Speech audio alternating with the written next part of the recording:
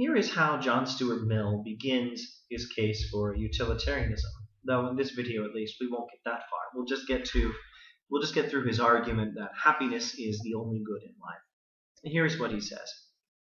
The only proof capable of being given that an object is visible is that people actually see it. The only proof that a sound is audible is that people hear it, and so are the other sources of our experience.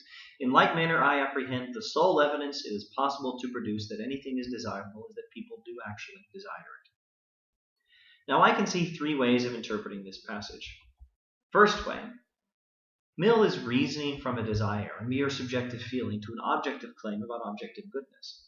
Because we think goodness is desirable, he thinks he can so reason, but he's just getting confused by the words. The argument is actually the fallacy of equivocation. He uses the same word in two totally different ways. In the premise, desire means a subjective feeling. Desirable means something subjectively felt. In the conclusion, it means that which is objectively good. The conclusion just doesn't fit its evidence. It's a terrible argument. But that's only one way. Here's a second way of interpreting this argument.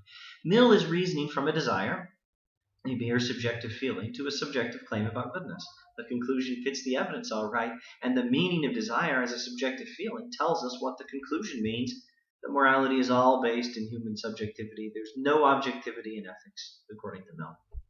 This is the sort of moral debunking that C.S. Lewis was rightly debunking in The Abolition of Man.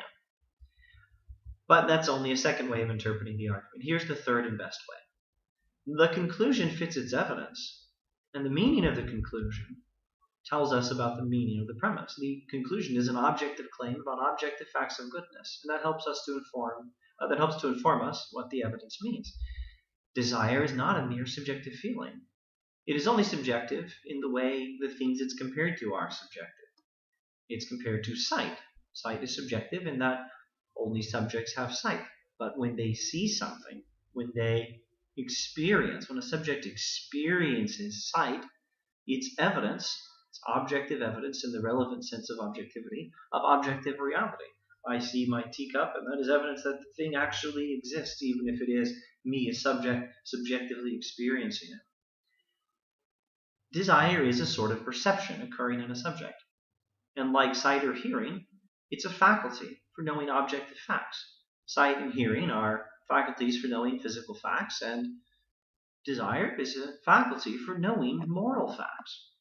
Now, I've always interpreted Mill in this third way. It seems to me that it makes as much sense as the others, and it actually makes more sense, since the natural sense of the conclusion refers to objective facts about goodness, and since we have the analogy drawn from other faculties for knowing, sight and hearing, and since it's always a good rule of thumb that the philosopher you're interpreting probably did not make a stupid equivocation fallacy. I'm not saying it never happens, but it's a good rule of thumb to assume it's not happening most of the time, and I don't think it's happening here. Furthermore, in the first paragraph of chapter 4 of Utilitarianism, right before he gives us this argument, Mill gives us a question. The question is, do we have a faculty for knowing what's right? And this argument was his answer to that question. Nevertheless, after all this charitable analysis of Mill, I have to say it does seem clear to me that he does make a mistake. He says that a thing's being desired is good evidence that it is desirable. Okay. He says that desirability is an objective fact. What is desirable because it is fact, good.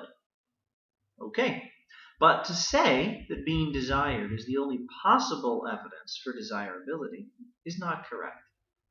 What is desirable because it is good. And so any evidence that a thing is good is also evidence that a thing is desirable. And here we have an opening for an objection to Mill. Any decent argument that something, such as goodness or anything that is good, is desirable independently of the desirability of happiness has potential as an objection to Mill here. Not so much as an objection to his claim that happiness is desirable, but an objection to his claim that happiness is the only desirable thing. So, for example, we have Cicero's remark, long before Mill, aimed at the Epicureans, not at Mill, but fitting Mill's position very nicely in the way of an objection to it. Cicero observes, we love happiness because we love ourselves, not vice versa. Human happiness has value because humans have value. So you can make an objection here, and you can say Kant is right about the intrinsic worth of the human being, a worth from which derives the worth of happiness, not vice versa. Happiness, human happiness, as Mill emphasizes when he says intellectual human pleasures are superior to animal physical ones.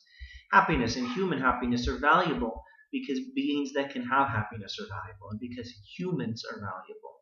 I think this objection has enormous potential to underline Mill's claim that only happiness has any value, and it hits Mill right here, right where he seems to be vulnerable, because it suggests that something human being is desirable independently of the desirability of happiness, not separate, but independently. And in the reverse, we would not say that. We would say not separate, not independent. Human happiness is desirable because human beings have value, and not vice versa.